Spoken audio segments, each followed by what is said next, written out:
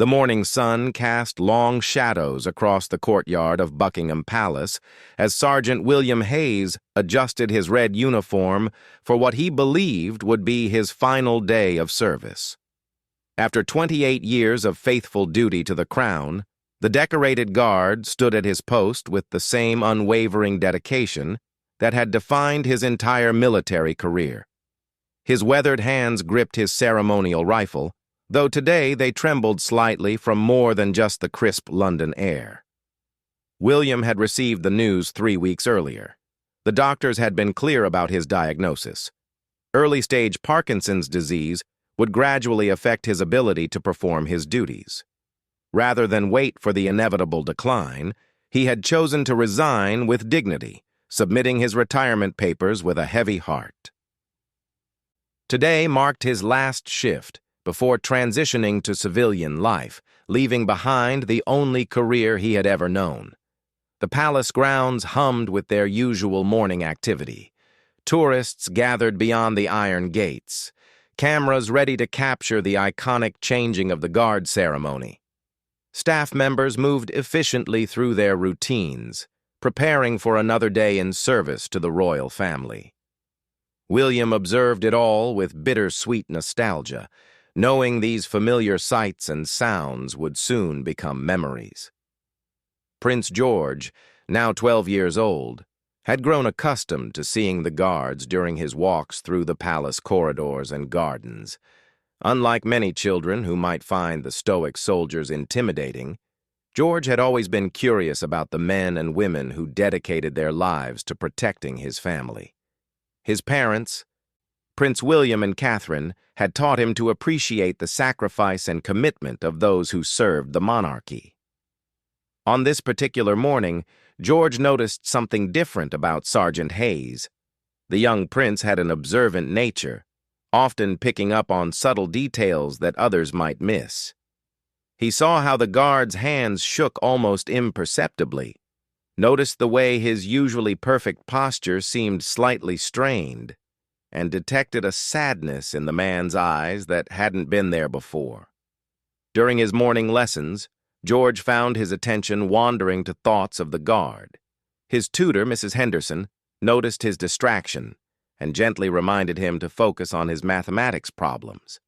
But George's mind remained occupied with concern for the soldier he had observed. There was something about the man's demeanor that troubled him, though he couldn't quite articulate what it was. After lunch, George made his way to the library where he often spent quiet afternoons reading. The route took him past several guard posts, and he deliberately slowed his pace when approaching Sergeant Hayes's station.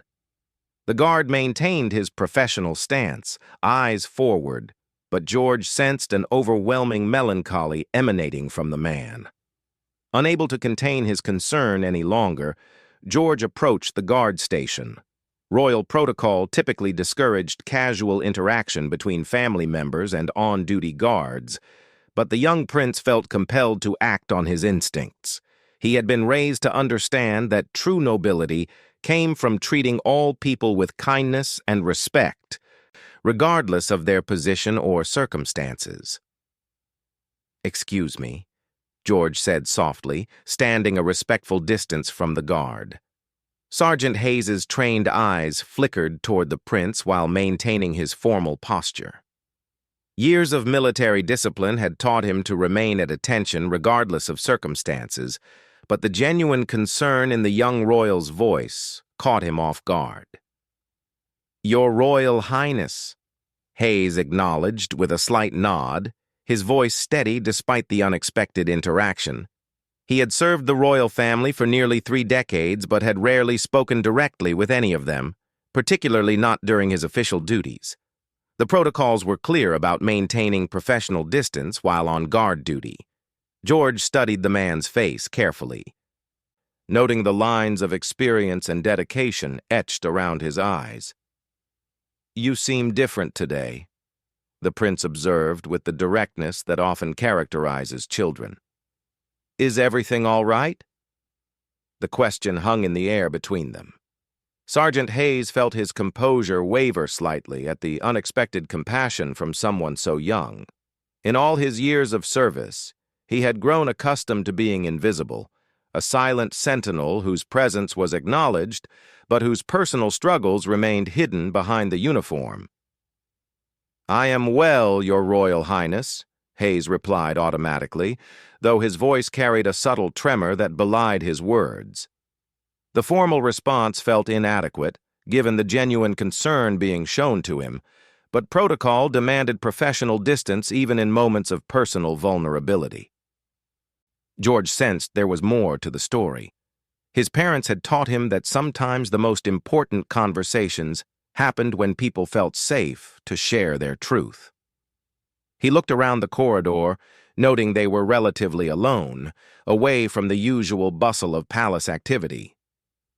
"My father says that the people who protect us are heroes," George said thoughtfully. "He says we should always remember that they have families and feelings, just like everyone else. Today you look like you might be carrying something heavy, and I wanted you to know that someone notices."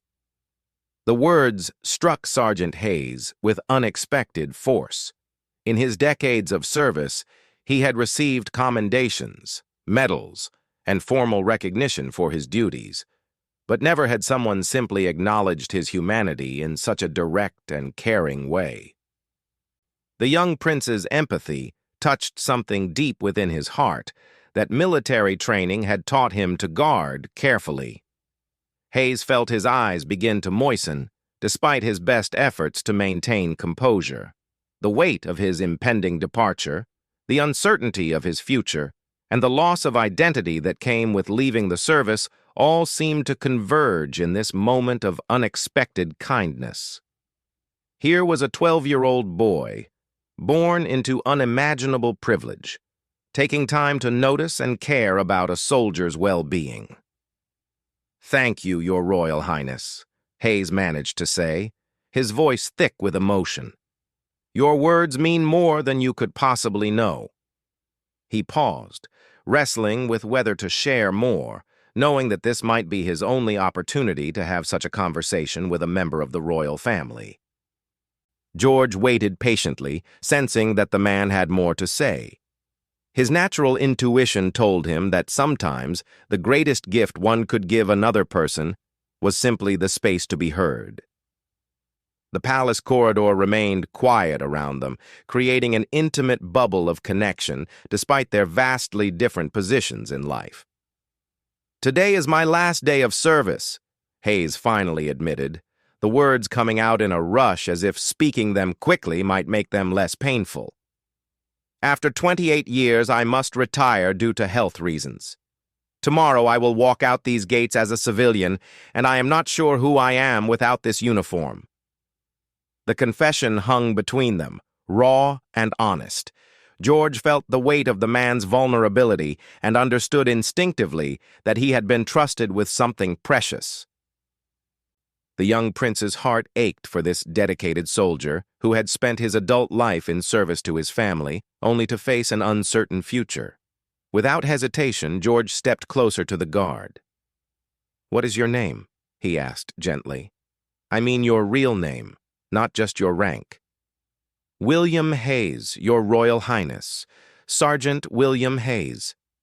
"Well, Sergeant William Hayes," George said with surprising formality for his age, "I want you to know that your service has mattered. Every day that you have stood guard, you have helped keep my family safe. That is not something that will be forgotten just because you are no longer wearing the uniform." The sincerity in the young prince's voice was unmistakable. Hayes felt something shift inside him as he looked down at this remarkable child who possessed wisdom far beyond his years.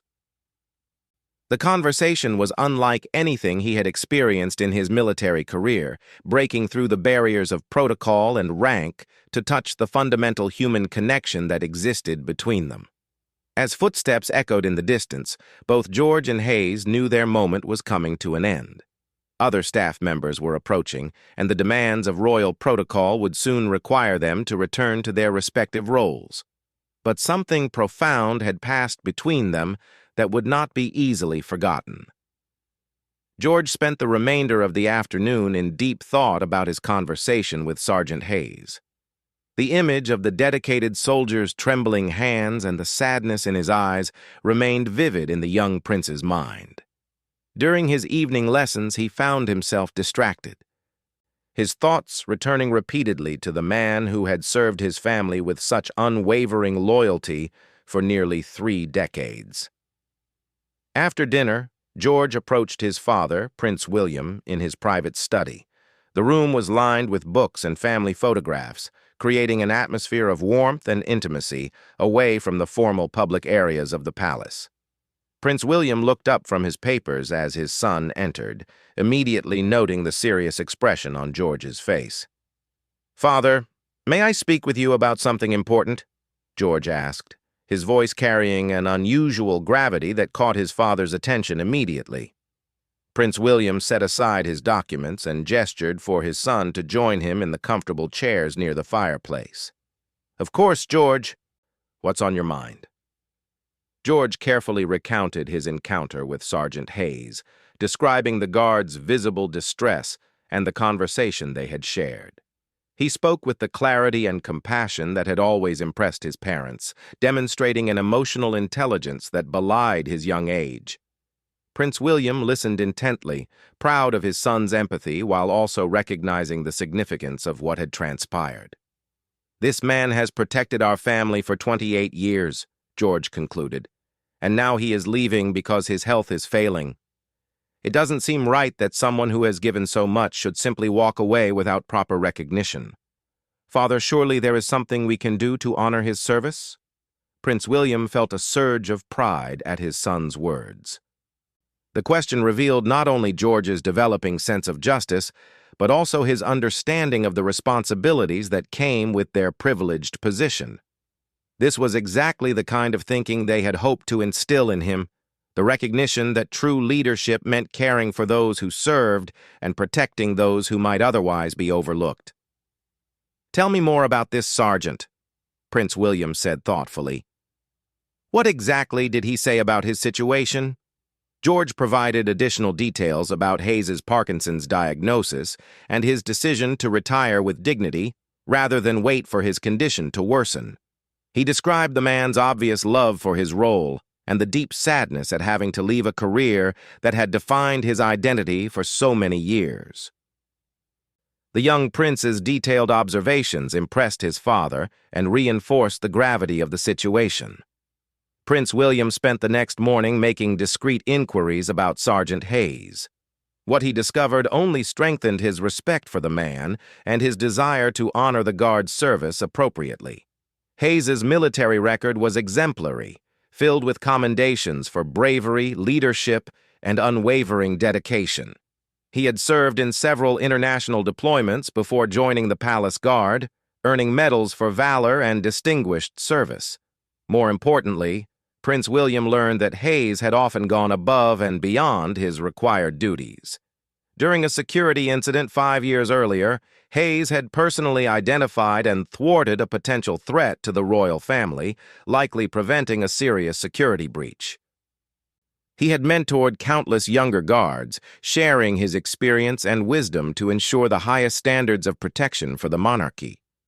The personnel records also revealed that Hayes had never taken more than the minimum required leave, often working extra shifts to cover for colleagues during family emergencies or holidays.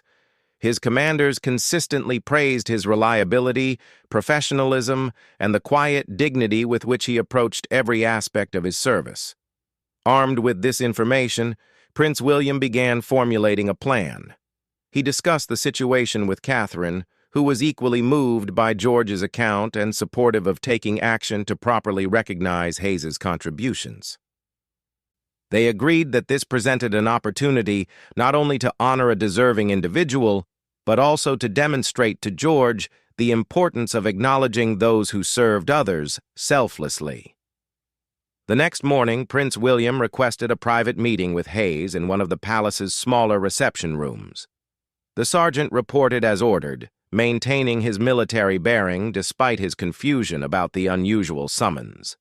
He had expected to spend his final day completing routine administrative tasks and saying quiet farewells to his colleagues.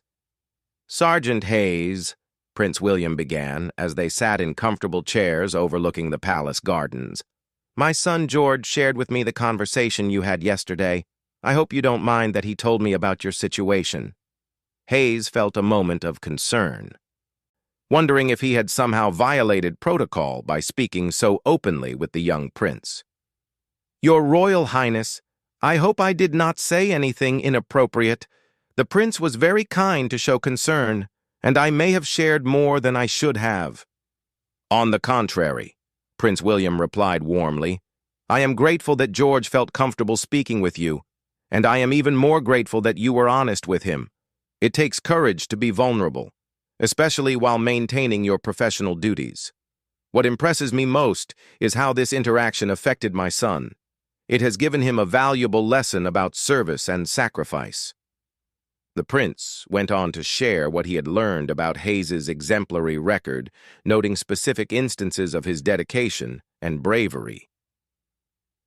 Hayes listened with growing amazement, as incidents he had long forgotten were acknowledged and praised. He had never expected his service to be examined so closely or valued so highly by the family he had protected. "Sergeant Hayes," Prince William continued, "your service to this family and to the crown has been extraordinary. While we cannot change your health situation, we can ensure that your contributions are properly recognized. It is not right for someone of your caliber to simply fade into civilian life without appropriate acknowledgement of what you have given." Hayes felt his throat tighten with emotion. Throughout his career, he had served with the understanding that his role was to remain invisible, to protect without seeking recognition. The idea that his service had been noted and valued in such a personal way by the royal family themselves was almost overwhelming. "Your Royal Highness," Hayes managed to say, "serving your family has been the greatest honor of my life.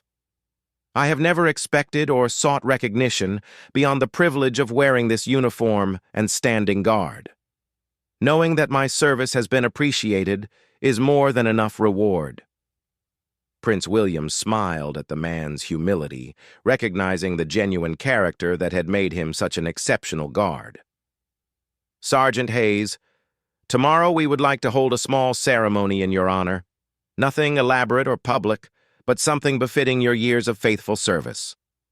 My family would like the opportunity to properly thank you and to ensure that your transition to civilian life includes the recognition you have earned." The announcement took Hayes completely by surprise.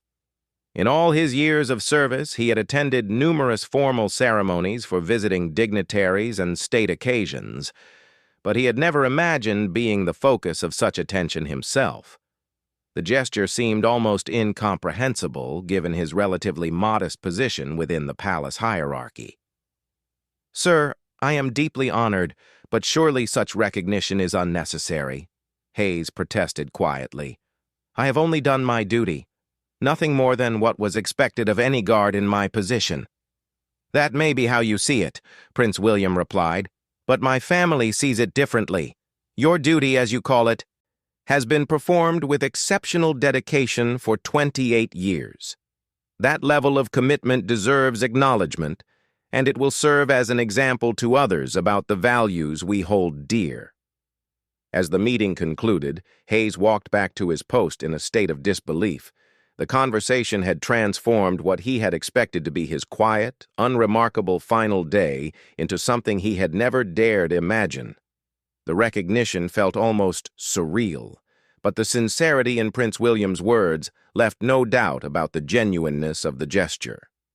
That evening, as Hayes completed his final shift, he reflected on the extraordinary turn of events.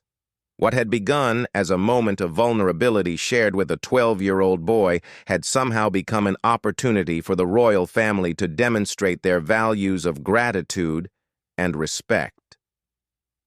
He understood now that George's kindness had been more than just a compassionate gesture. It had been the catalyst for something much larger. The other guards had begun to notice unusual activity around the palace, with staff members making preparations for some kind of event. Hayes chose not to share the details of his meeting with Prince William, preferring to let the next day's ceremony speak for itself. But he went to sleep that night, with a sense of peace he had not felt in weeks, knowing that his service had truly mattered. The following morning arrived with an unusual sense of anticipation throughout Buckingham Palace. While most of the staff went about their regular duties, a small group had been quietly preparing for the ceremony honoring Sergeant Hayes. The event was to be held in the Blue Drawing Room, an intimate space within the palace that was typically reserved for private family gatherings and small official meetings. Prince William had deliberately chosen this room for its personal significance rather than one of the larger, more formal staterooms. The Blue Drawing Room, with its elegant furnishings and family portraits, represented the private heart of the royal household, exactly the right setting for recognizing someone who had dedicated his life to protecting that family's most intimate moments. George woke that morning with excitement about the day's events. He had asked his father if he could be present for the ceremony, and Prince William had readily agreed. This was, after all, an educational moment for the young prince, an opportunity to witness how gratitude and respect should be expressed toward those who serve others selflessly. As the morning progressed, Hayes reported for what he believed would be administrative tasks related to his departure. Instead, he was escorted to a private room where a formal dress uniform had been prepared for him. The uniform was immaculate, with every medal and commendation properly displayed. Palace staff helped him prepare, treating him with the kind of respect typically reserved for visiting dignitaries. The ceremony itself was scheduled for 2 o'clock, a time chosen to allow for privacy while accommodating the royal family's other commitments. As Hayes was led toward the Blue Drawing Room, he could feel his heart beating rapidly with nervous anticipation. Nothing in his military training had prepared him for being the center of attention in such circumstances. When the doors opened, Hayes was surprised to find not just Prince William and George waiting for him, but also Catherine and their other children, Princess Charlotte and Prince Louis.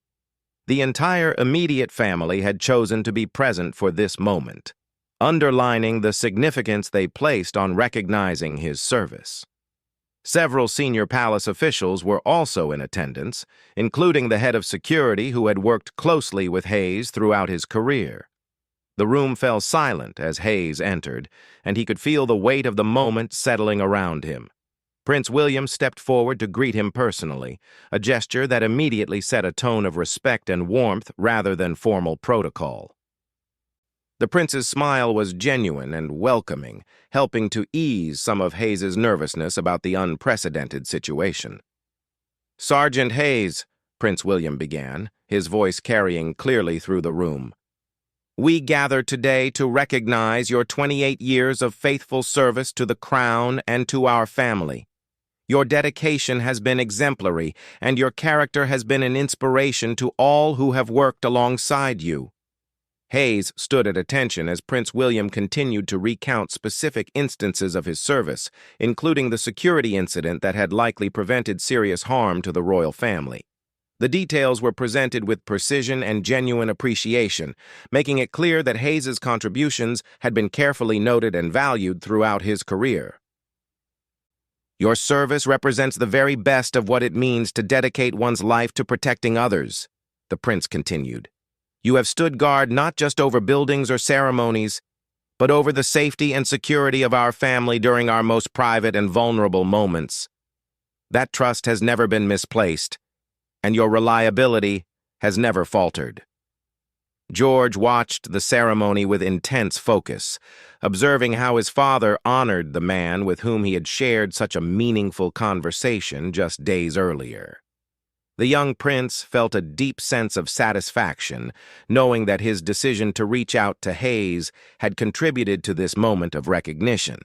It reinforced his understanding that small acts of kindness could have far-reaching consequences. Prince William then presented Hayes with a specially commissioned medal, recognizing his years of distinguished service.